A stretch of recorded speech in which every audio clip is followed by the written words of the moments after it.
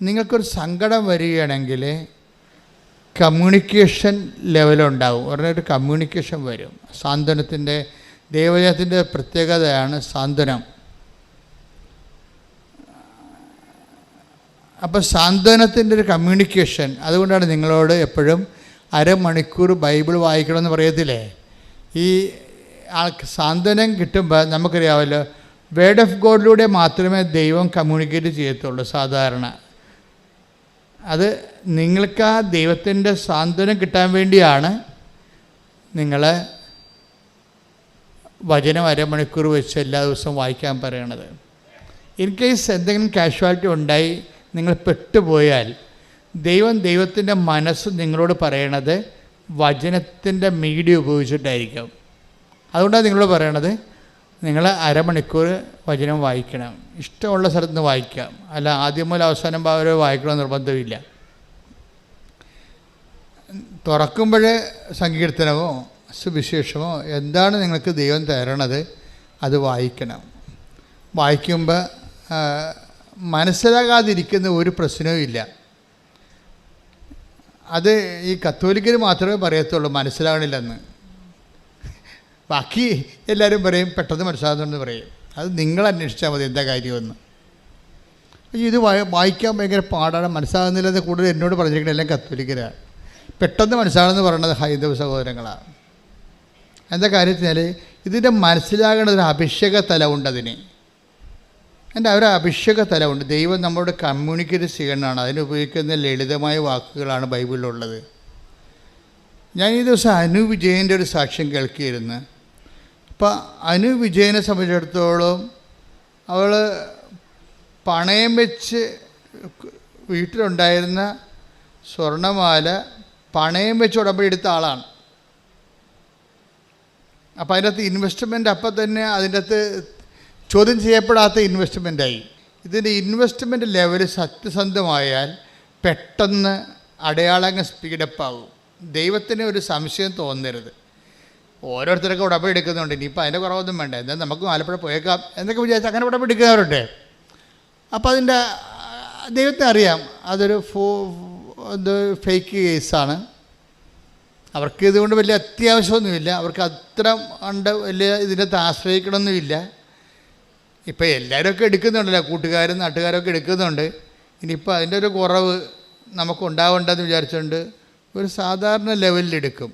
അപ്പോഴും ദൈവത്തെ നമ്മൾ ശ്രദ്ധിക്കേണ്ടതേ, എപ്പോഴും ഉടമ്പടി ശ്രദ്ധിക്കേണ്ടത് ഇത് എപ്പോഴും അച്ഛൻ പറഞ്ഞ ഒരേ വാക്കാണ്, ഇതൊരു ബൈലാറ്ററൽ എഗ്രിമെൻ്റാണ്.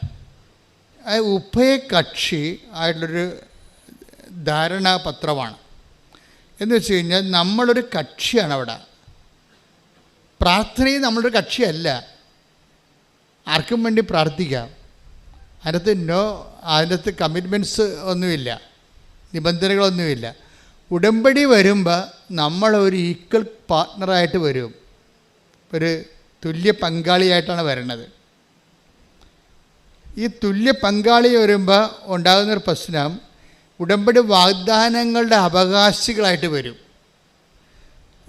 അത് ഒന്നും രണ്ടും വാഗ്ദാനമല്ല. ദൈവം ലോകം സൃഷ്ടിച്ച കാലം മുതൽ മനുഷ്യരാശിയുടെ വ്യത്യസ്തങ്ങളായ കാലാവസ്ഥയ്ക്കുണ്ടായിട്ടുള്ള പ്രതിസന്ധികളെ അതിജീവിക്കുന്നതിന് വേണ്ടി അതാത് കാലത്ത് കൊടുത്തിരിക്കുന്ന അപ്ഡേഷനോട് കൂടിയിട്ടുള്ള വാഗ്ദാനങ്ങൾക്ക് മുഴുവൻ നമ്മൾ അവകാശികളായിട്ട് വരികയാണ്. അപ്പോൾ ഉടമ്പടി എടുക്കുമ്പോൾ നമുക്ക് സാധാരണ പ്രാർത്ഥിക്കുന്ന പോലെ പ്രാർത്ഥിക്കുമ്പോൾ ഇതിനെക്കുറിച്ച് we are not bother about it.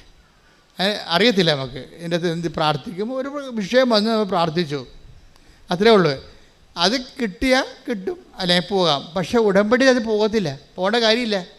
കാര്യം അത് ബൈലാറ്ററൽ എഗ്രിമെൻറ്റാണ്. പിന്നെ നമുക്ക് വരുന്ന ഒരു സീരിയസ്നെസ് എന്ന് പറയണത്, നമ്മൾ ഉടമ്പടിയിൽ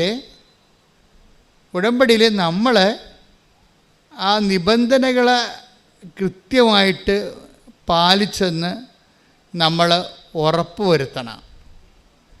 അപ്പോൾ ഉറപ്പ് വരുമ്പോൾ നമ്മുടെ ക്ലെയിം കൂടിക്കൊണ്ടിരിക്കും. കാര്യം വെച്ചാൽ ഇതിൻ്റെ കമ്മ്യൂണിക്കേഷൻ ലെവൽ വരുമ്പോൾ ഉടമ്പടി ദൈവം ഏത് സമയത്ത് നമ്മളോട് സംസാരിക്കും. ആ സംസാരിക്കുമ്പോൾ ചിലപ്പോൾ അടയാളങ്ങൾ കാണും, ചിലപ്പോൾ സ്വപ്നങ്ങൾ കാണും. ഇതൊന്നും ഒരു പുത്തരിയല്ല, ഒരു പഞ്ഞമുള്ള കാര്യമല്ല. ഉടമ്പടി കമ്മ്യൂണിക്കേഷൻ്റെ പദ്ധതിയാണ്. ദൈവം എങ്ങനെ കാണിക്കും? ദൈവത്തിൻ്റെ മനസ്സിലിരിപ്പ്, കർത്താവിൻ്റെ മനസ്സിലുള്ള കാര്യങ്ങൾ നമ്മളെ ധരിപ്പിക്കുന്നതിനാണ് ദൈവം സ്വപ്നം ഉപയോഗിക്കും, ദർശനം ഉപയോഗിക്കും, അടയാളം ഉപയോഗിക്കും. പിന്നെ ഞാൻ കൂടെയുണ്ട്, നീ ഇപ്പം സങ്കടമാണെങ്കിലും അത് മാറിക്കൊള്ളും, നീ വെയിറ്റ് ചെയ്യാൻ പറഞ്ഞ സ്വർഗീയ സുഗന്ധമായിട്ട് അനുഭവിക്കാൻ പറ്റും. ഇത് ഒരു ദിവസം ഒരു 5-10 സാക്ഷ്യം എടുത്ത് 5-ൻ്റെത്തും കമ്മ്യൂണിക്കേഷനുണ്ട്. ഇതിനൊന്നും ഒരു സീനിയോറിറ്റി ഒന്നും അല്ല പ്രശ്നം, ഫിഡലിറ്റിയാണ് പ്രശ്നം. ഇപ്പം ഞാൻ 85 കൊല്ലമായി കത്തോലിക്കനാണ്, അല്ലെങ്കിൽ ഞാൻ 65 കൊല്ലമായി കത്തോലിക്കനാണ്, ആ ശുശ്രൂഷയിൽ ചെയ്ത് നിലനിന്ന് പോവുകയാണ്. അതൊന്നും സീനിയോറിറ്റി അല്ല ഇന്നത്തെ വിഷയം. ചിലപ്പോൾ ആദ്യമായിട്ടാണ് നീ ജന്മത്തിൽ ഉടമ്പടി എടുക്കുന്നത്. നീ വിശ്വസ്തതയാണ് പ്രശ്നം, ഫിഡലിറ്റിയാണ് എൻ്റെ പ്രശ്നം. അപ്പോൾ നീ വിശ്വസ്തയാണെങ്കിൽ ഉടമ്പടി ഓട്ടോമാറ്റിക്കായിട്ട് ഫയറാകും.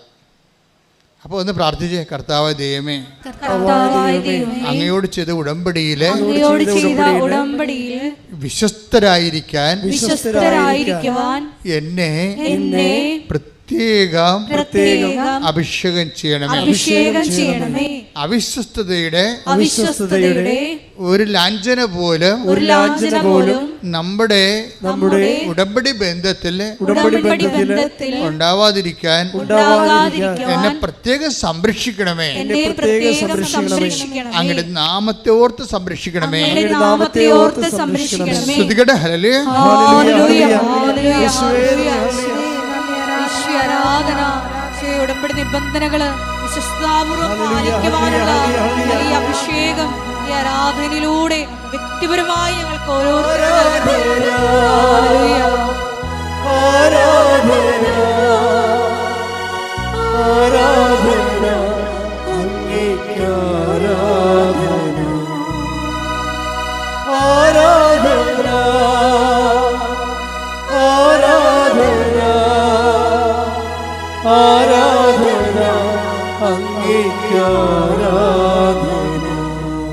പരിശുദ്ധ പരമ ദിവ്യകാരുണ്യത്തിന് ആരാധനയും സ്തുതിയും പുകഴ്ചയും ഉണ്ടായിരിക്കട്ടെ. പരിശുദ്ധ പരമ ദിവ്യകാരുണ്യത്തിന് ആരാധനയും സ്തുതിയും പുകഴ്ചയും ഉണ്ടായിരിക്കട്ടെ.